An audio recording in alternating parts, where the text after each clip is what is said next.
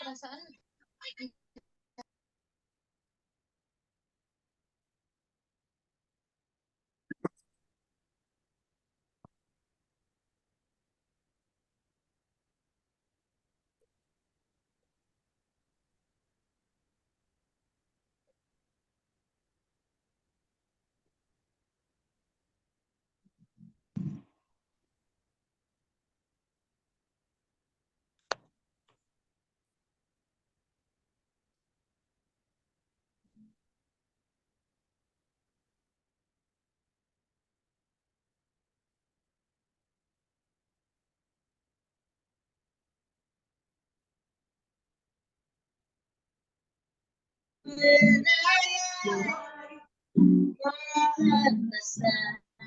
ingin jumpa.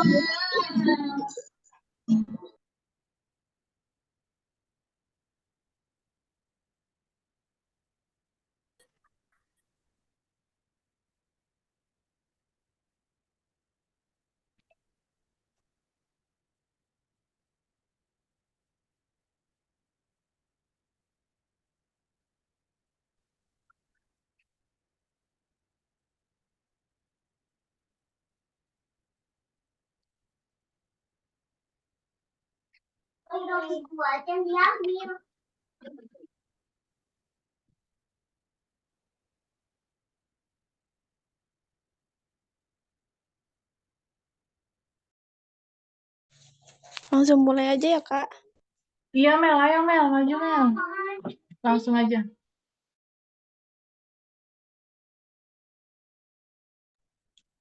Oke, ini kisi-kisi farmakoterapi. Yang pertama itu ada kegagalan ginjal.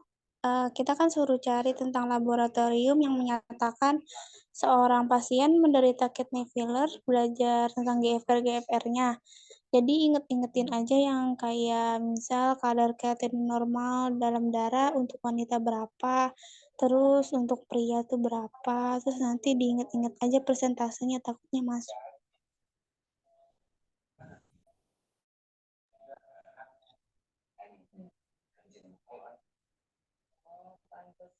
Enak kayak gini. Kita belajar.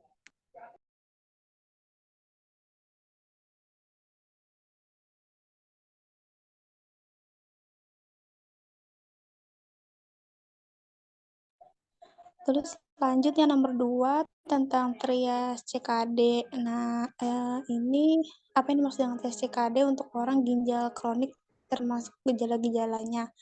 Nah, ini bisa dibaca aja ada trias CKD itu kan ada anemia, hipertensi, sama edema. Terus ini juga udah ditransit, jadi tinggal baca aja. Lanjut, Kak.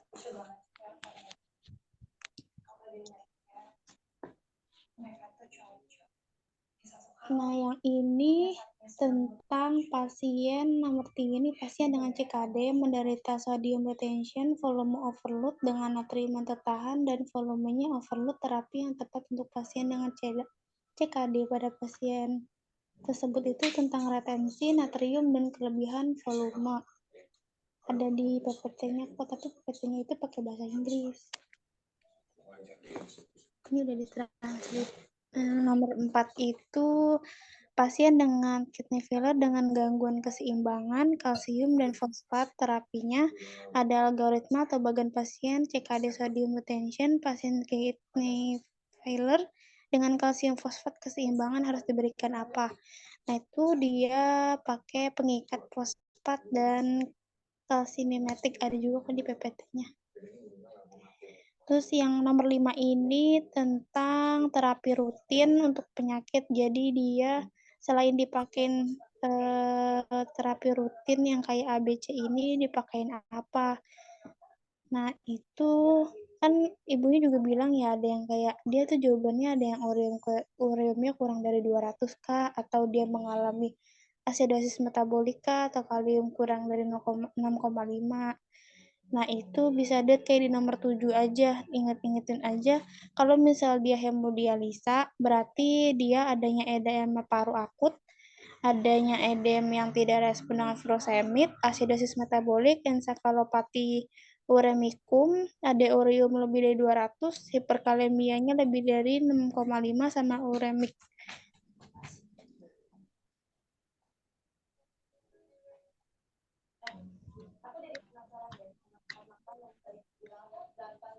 Nah, yang ini tentang laju pemberian kalsium karbonat pasien CKD. Fungsinya untuk apa? Kenapa seorang pasien CKD harus diberikan bikarbonat natrium? Itu dia kalau misalnya dikasih asam folat, berarti dia pemberian kalsium karbonatnya di sini tuh dapat menurunkan kadar fosfat pada pasien CKD. Penggunaan Bignat bersifat basa sehingga dapat menurunkan keasaman urin. Jadi kalau Bignat itu dia untuk menetralkan lengkapnya. Kalau untuk CaCO itu dia untuk menurunkan kadar fosfat pada pasien CKD. Biasanya paling salah satunya sih yang keluar. Nah, nomor 9 aku nggak tahu kayak yang ini. Dia keracunan GGA dan DEG aku nggak ketemu di PPT-nya. Oh, itu obatnya itu mevimapizol apa ya? Jadi kan kalau yang pagi itu kebalikan dari yang sore gitu. Kalau yang sore itu malah justru yang ditanya itu obatnya apa gitu kan. Kalau yang pagi ditanyanya itu antidotnya. Kalau yang sore ditanya keracunan itu apa? Fomepizol, benar. Jadi jawabannya fomepizol.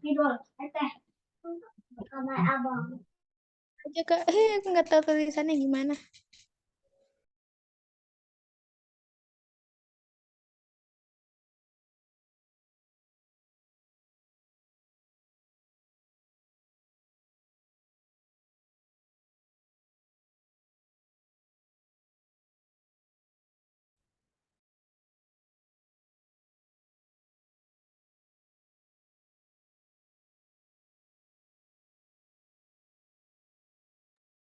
Lanjut, Mel.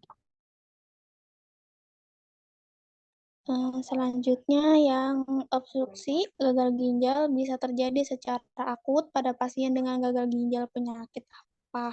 Kalau akut gangguan terhadap obstruksi ginjal. Nah, itu kalau misalnya dia ditanyanya itu udah obstruksi ginjal, berarti dia termasuk gagal ginjal akut.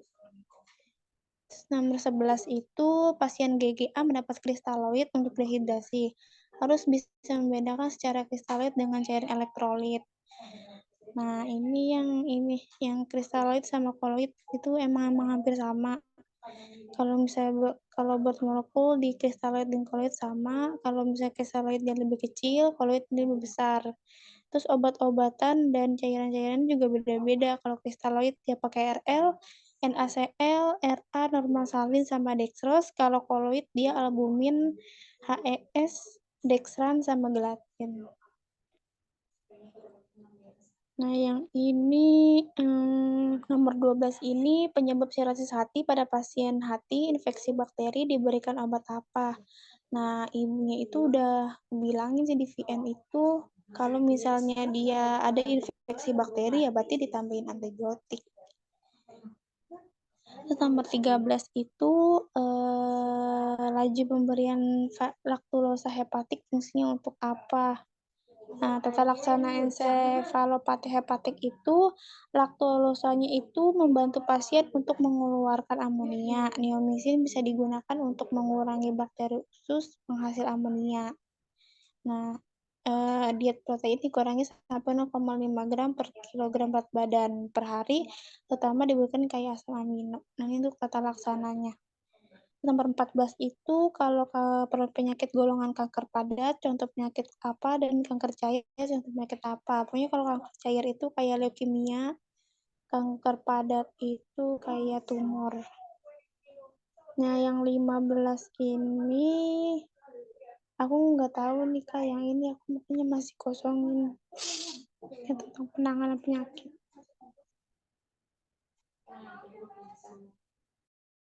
Kayaknya kalau yang 15 itu yang kayak hormon-hormon kan ya, kayak androgen gitu kan ya Mel.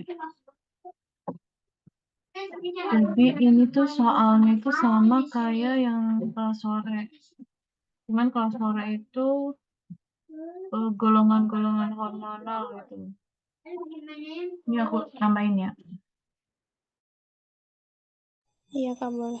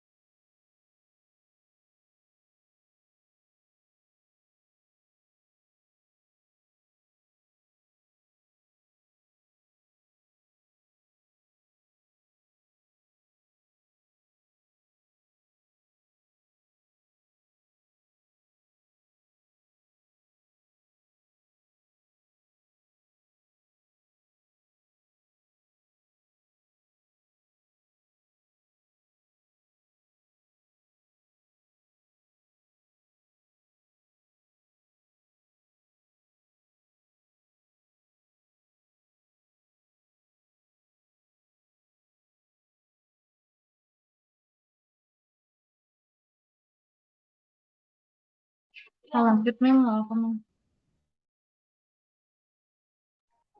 Oke, lanjut ya. Yang pemberian infus juga aku nggak tahu nih Kak, pemberian infus terapi antar siklin bisa diberikan untuk pasien dengan kondisi seperti apa. Tapi kayaknya ini dikombinasi nggak sih Kak yang antar siklin ini?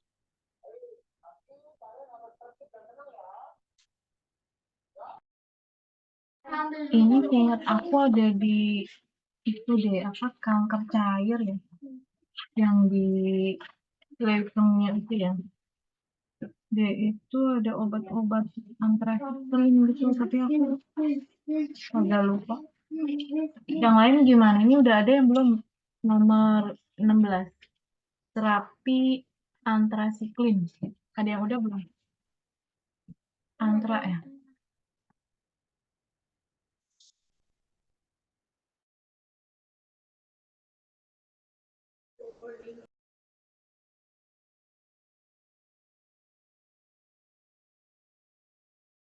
Lanjut aja Mel sembari aku nyarinya. Enggak. Oke, lanjut ya. Nomor 17 itu obat kanker dengan cara kerja menghambat enzim topoisomerase. Contohnya obatnya apa aja? Nah, itu kalau untuk obat-obat kankernya kayak Cisplatin, Etatrexabatin. Jawabnya itu kayak ada topoisomerase inhibitor. Itu obat ini mengganggu fungsi enzim-enzim topoisomerase sehingga menghambat proses transkripsi dan replikasi. Contoh obatnya kayak ada iritonechan, topotecan, etoposide. Itu untuk obat-obatannya. Terus nomor 18 ini suatu obat yang bekerja sebagai substrat saingan asam nukleat. Nah, ini asam nukleat itu kan ada di antimetabolit ya. Nah, dia itu bisa dilihat aja ada aktivitas-aktivitas dan golongan-golongannya itu. Tinggal dibaca aja. Mungkin nanti ada kayak pertanyaan yang mana obat termasuk asam nukleat di antimetabolit. Nomor 19 ini obat kanker yang merupakan antibiotik. Nah, ini untuk obat-obatnya kayak ada actinomycin, beomycin, daunorubicin.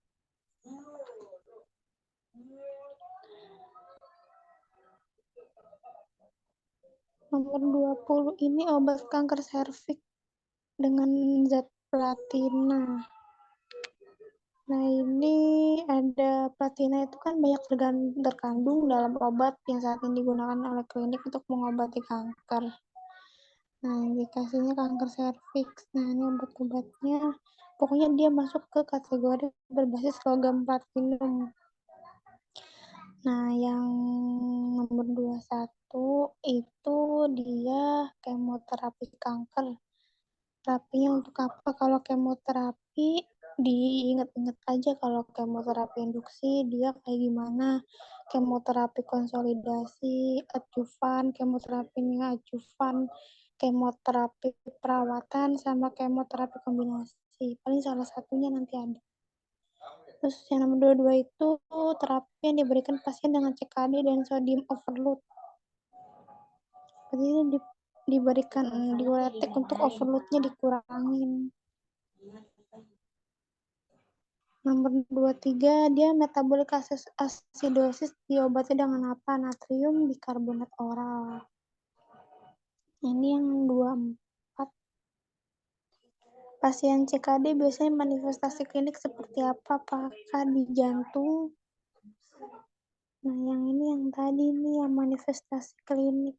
Ini dibaca aja kayak ada kelemahannya, terus gagal ginjal nih, gambar nenek trias CKD nih jadi satu nih kayaknya.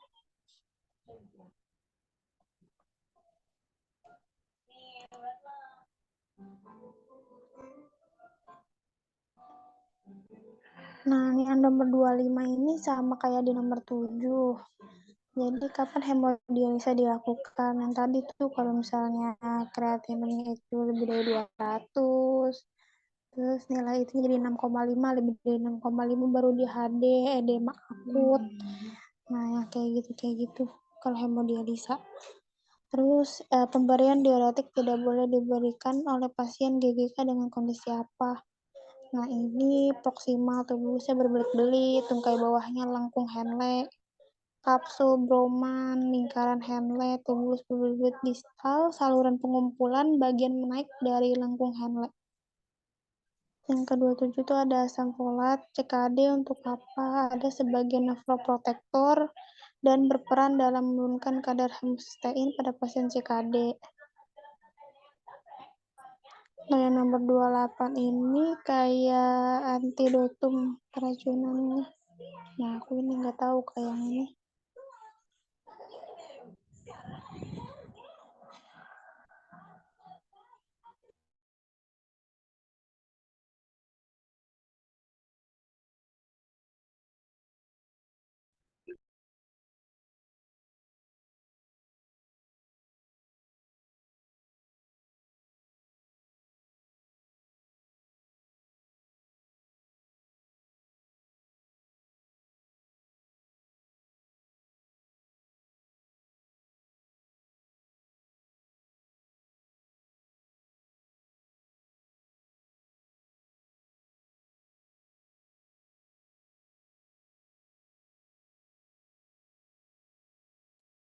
Nah, Mel dilanjut aja.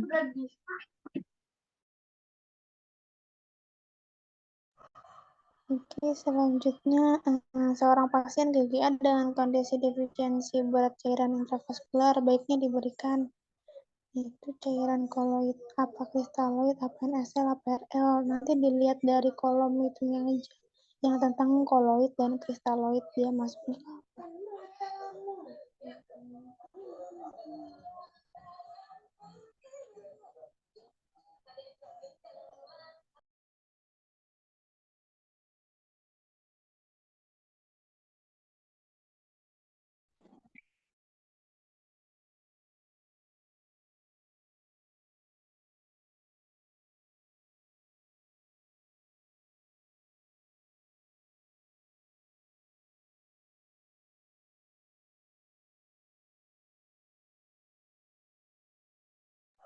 Yang ini penyebab terjadinya sirosis hati, terus treatment pada sirosis hati apa, fungsi laktulosa, penderita hepatik, sama contoh kanker cair.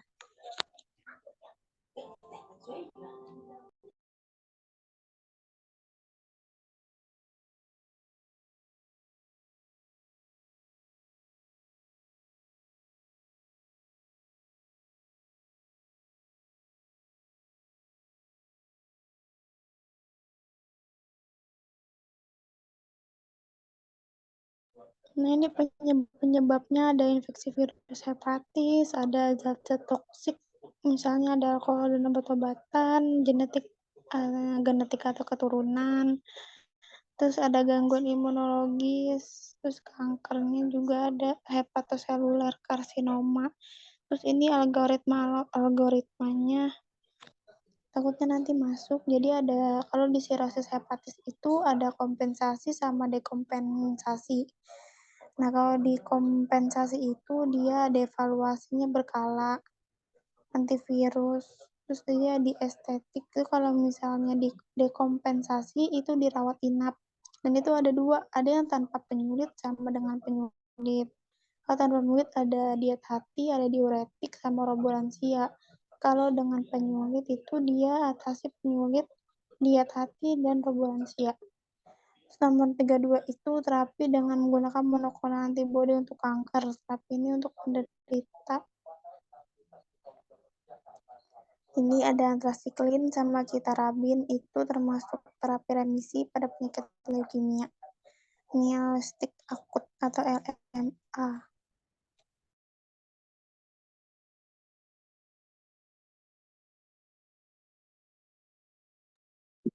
Filenya mau dibagi di chat box nggak, Mel? Boleh di-share nggak, Mel, filenya? Di grup aja kali ya, kayak aku nggak pakai laptop. Di grup aja ya.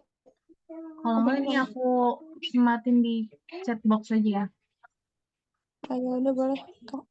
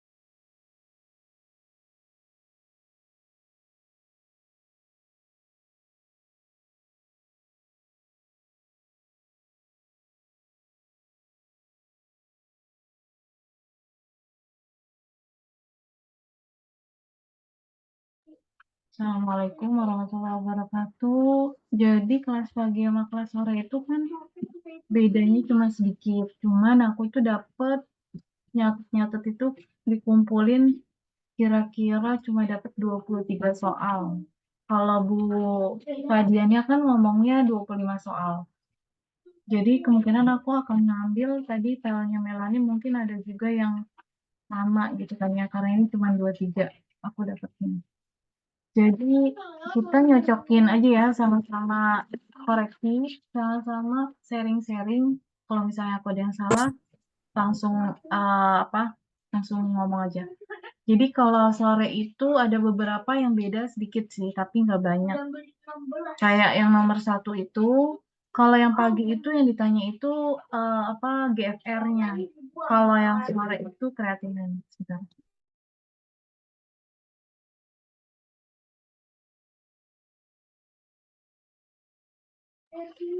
Nah, kalau dari GFR-nya kan udah ada ya. Kalau dari GFR itu ada di PPT. Kalau yang kreatinin itu sedikit banget dapatnya yang dari PPT. Cuman dapat pengertiannya sama kadar kreatinin normal. Kreatinin normal dalam darah itu 1,2 mg per dl untuk wanita. Sedangkan untuk laki-laki itu 1,4 mg per dl. Cuman dapat itu aja kalau kreatinin. Kalau yang GFR itu banyak, jadi ada persentase-persentasenya di mana kidney failure itu dikatakan dia gagal ginjal itu dia GFR-nya itu kurang dari 15%. Jadi kemampuan fungsi ginjalnya cuma 15%. Jadi memang beda mekanisme cara penghitungannya. Kalau GFR itu kan dia mengukur jumlah darah yang disaring ginjal ya kan. Sedangkan kalau kreatininnya itu dia produk limbah hasil metabolisme otot gitu kan. Jadi agak beda untuk analisanya. Sementara aku baru dapat yang kadar kreatinin normal aja, tapi untuk yang benar-benar dia kidney failure-nya aku belum. Ada yang udah dapat belum kelas sore? Kadar kreatinin yang dibilang gagal ginjal, kidney failure. Yang biasanya rajin siapa nih? Pi. Ada nggak Ipi? Atau kali Fahmi kan yang ngirim ya, udah belum? Ini ada nggak Fahmi? Oh nggak ada lagi. Ya udah berarti sementara aku pegang masih kadar kreatinin normal dulu. Dia 1,2 untuk wanita dan prianya 1,4. Terus yang kedua itu yang aku dapat itu kalau yang pagi itu dia sama sih ya. Jadi yang nomor 2 itu terapi yang diberikan pada pasien CKD di mana sodium retensinya itu overload, volumenya overload. Jadi treatmentnya apa? Jadi treatmentnya itu yang pertama dia pasti mengurangi natrium, ya kan, mengurangi konsumsi natrium. Yang kedua dia juga diberikan diuretik, pembatasan natrium dan diberikan diuretik. Itu untuk yang nomor 2. Jadi mengurangi asupan natrium dan juga diberikan diuretik jawabannya karena dia udah overload.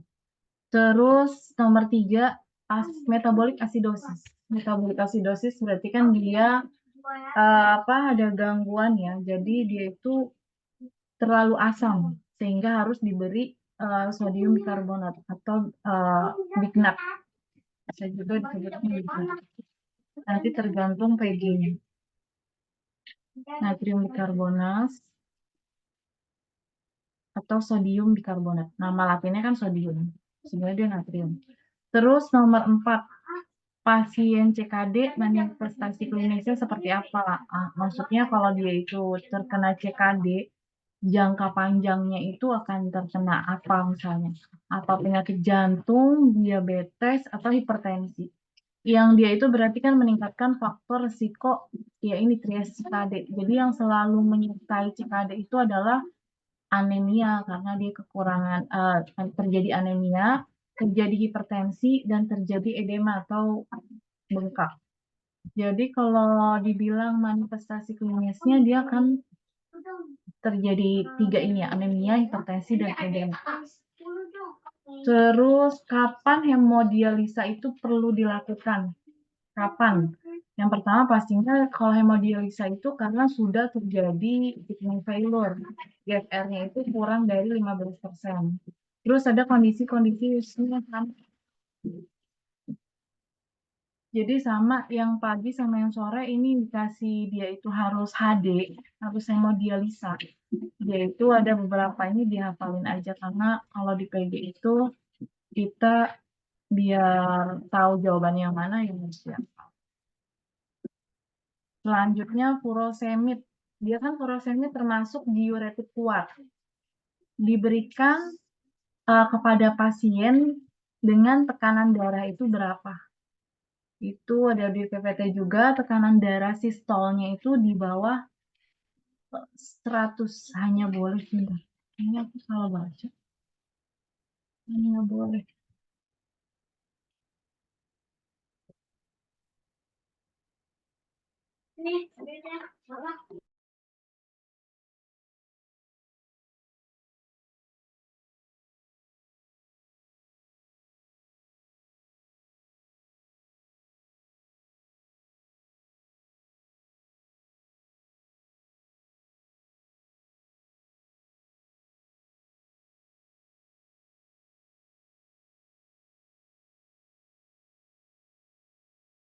Nah, iya, jadi ini tidak boleh. Jadi sebenarnya yang benar itu tidak boleh tekanan darahnya itu di bawah 100 ya. Jadi ini tidak boleh. Jadi harus sistolnya itu nggak boleh di bawah 100. Terus selanjutnya fungsi asam folat sama ini pagi sama sore juga ada sebagai nefroprotektor, yaitu berarti melindungi ginjal ya. Terus menurunkan kadar homocysteine pada pasien CKD. Ini nomor 8 juga sama, cuman kita kebalikan. Kalau yang pagi itu yang ditanya sama ya, antidotum ya. Oh sama. Jadi antidotum dari EG dan DEG itu antidotumnya itu apa? Itu fomepizol. Nanti dibaca aja. Jadi sebenarnya kita kalau ada kayak gini kebantu banget, kita nggak perlu ngapalin yang banyak itu loh yang. Terus apa sih yang mencerminkan seorang itu pasien GGA akut ya, gangguan ginjal akut?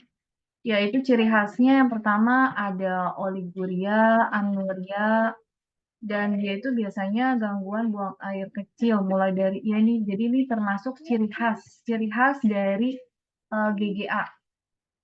Terus gejala awalnya itu ada demam, nafsu makan turun. Nah, ini kita apalin dan dipahamin.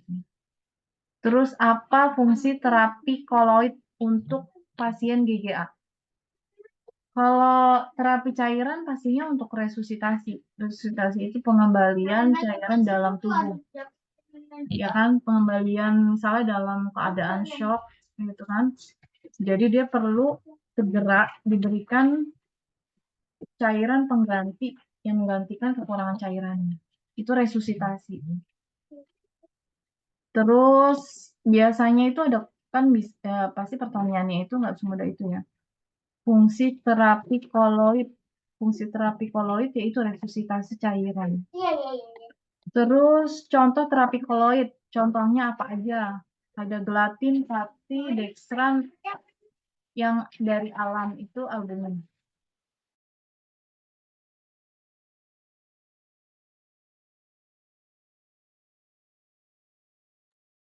Terus contoh terapi kristaloid. Kalau tadi kan koloid ya. Koloid itu dia lebih besar berat molekulnya. Kalau kristaloid itu dia lebih kecil. Jadi harus paham kristaloid itu fungsinya untuk apa. Dia interstisial. Kalau koloid di cairan intravaskular. Di dalam cairan intravaskular. Jadi mereka punya tempat masing-masing yang nanti ada kata kuncinya pasti. Kalau kristaloid kan dia contoh-contohnya kayak elektrolit gitu kan, RL. Nah itu kristaloid. Kalau yang koloid tadi yang pati, dextran, gelatin itu juga koloid. Terus selanjutnya nanti ini lumayan lengkap kristaloid. Terus pasien GGA dengan kondisi, nah kalau intravaskular, jadi intravaskular itu dia koloid, ya kan? Dia itu karena molekulnya lebih besar, jadi dia bertahan di dalam intravaskular. Kalau kristaloid, dia biasanya di interstisial. Dan sedikit untuk bisa masuk ke intravaskular. Terus penyebab terjadinya sirosis hati, ini sama nih, kisi-kisi yang pagi. Ada infeksi virus, genetik, kanker, dan macam-macam. Terus kira-kira treatmentnya apa? Nah ini treatmentnya itu karena banyak, itu nggak aku cantumin, jadi harus baca PPT-nya untuk kayak kalau karena virus berarti kan ya diberi antivirus, kalau kayak ada infeksi berarti diberikan antibiotik. Jadi nggak dicantumin di sini treatment penyebab dari sirosisnya itu ada di PPT langsung aja, biar utuh soalnya. Terus apa fungsi laktulosa pada bukan encero ya, tapi enterohepatik. Laktulosa itu untuk mengeluarkan amonia. Ini sama kayak tadi ya. Untuk mengeluarkan amonia. Terus contoh kanker cair. Kalau yang pagi itu kanker padat, lebih karena banyak kanker padat. Kalau yang sore itu banyak kanker cair. Jenis-jenisnya ada AML, ALL, CLL, singkatan dari depan-depannya, huruf-huruf depannya. Terapi menggunakan monoklonal antibody untuk kanker. contoh obatnya dan terapinya menggunakan zat kimia tapi pakai jadi kalau monoklonal antibody ini dia nggak pakai zat kimia tapi menggunakan monoklonal antibody. Jadi dia itu terapinya itu menggunakan antibody monoklonal. Nah ini rituximab, trastuzumab, nama obatnya ini kan agak ini, jadi bisa nggak misalnya. Terus terapi penderita AML. Nah ini tadi ada infus antrasiklin dan sitorabin. Jadi kebalikan nih kalau yang sore itu ditanyanya itu terapi AML itu apa aja? Ini jawabannya kan AML itu kan akut myeloid leukemia. Penyebabnya ini, terus terapinya adalah ini. Yang ditanya terapinya. Tapi kalau yang pagi itu, kalau pemberian infus sitorabin sama antrasiklin untuk penderita apa? Jadi kebalikan. Jadi kita berkebalikan. Jadi tadi jawabannya kalau yang antrasiklin adalah untuk penderita AML.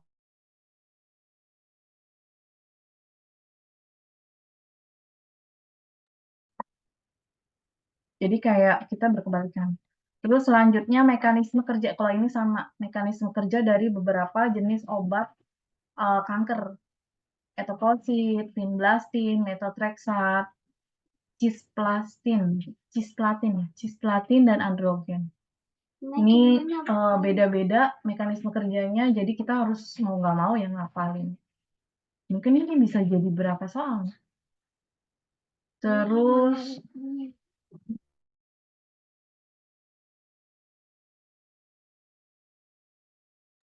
selanjutnya obat kanker yang bekerja sebagai substrat saingan. Kalau ini sama nih, saingan asam nukleat. Jadi dia termasuk golongan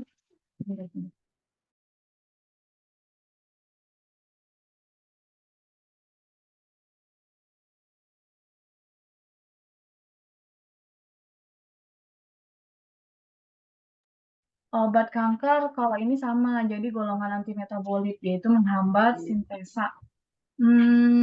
Aku sih namanya ini. Kira-kira kalau yang lain apa ya? Kayaknya sih di PPT cuma ini doang yang berhubungan dengan asam nukleat. Tapi kalau di sini golongan antimetabolit itu menghambat sintesa asam nukleat. Tapi kalau di pertanyaannya substrat saingan. Jadi dia kompetitif ya, bersaing dengan asam nukleat. Sama nggak? Maka walletnya doang nanti dia gimana? Jadi ditandain aja kali dulu ya, soalnya ini aku juga masih belum yakin sebenarnya. Terus selanjutnya yang bersifat antibiotik, karena kan kadang-kadang kanker itu disebabkan disertai dengan infeksi, ya kan? Maka dikasih golongan antibiotik. Jadi golongan antibiotik, antitumor antibiotik itu ada pengertiannya sama obat-obatnya. Terus jenis terakhir yang 23, jenis-jenis kemoterapi ini sama. Jadi ada jenis-jenis kemoterapi sama tapi kalau yang pagi itu dia termasuk kemoterapi apa gitu. Kalau yang sore dia itu tujuannya untuk apa? Misalnya dia mau melakukan kemoterapi konsolidasi tujuannya untuk apa? Mungkin agak sedikit beda pertanyaannya, tapi kurang lebihnya sama. Terus kalau yang di bawahnya, nah ini aku dapat dari Google untuk yang kreatin. Kalau yang dari PPT ibunya itu nggak ada yang tentang kreatinin, cuman kadar minimal kreatinin yang baik itu 1,2 sama 1,4. Kalau yang ini aku dapat kadar kreatinin itu dari Google. Terus selanjutnya ini aku gedein biar lebih jelas. Terus kayaknya nggak usah. Ini terapi obat-obat rutin asam folat diingat. Ini yang pagi sih ya. Yang pagi itu ada sedikit perbedaan soal, jadi aku tambahin. Tapi ini Kunci motor.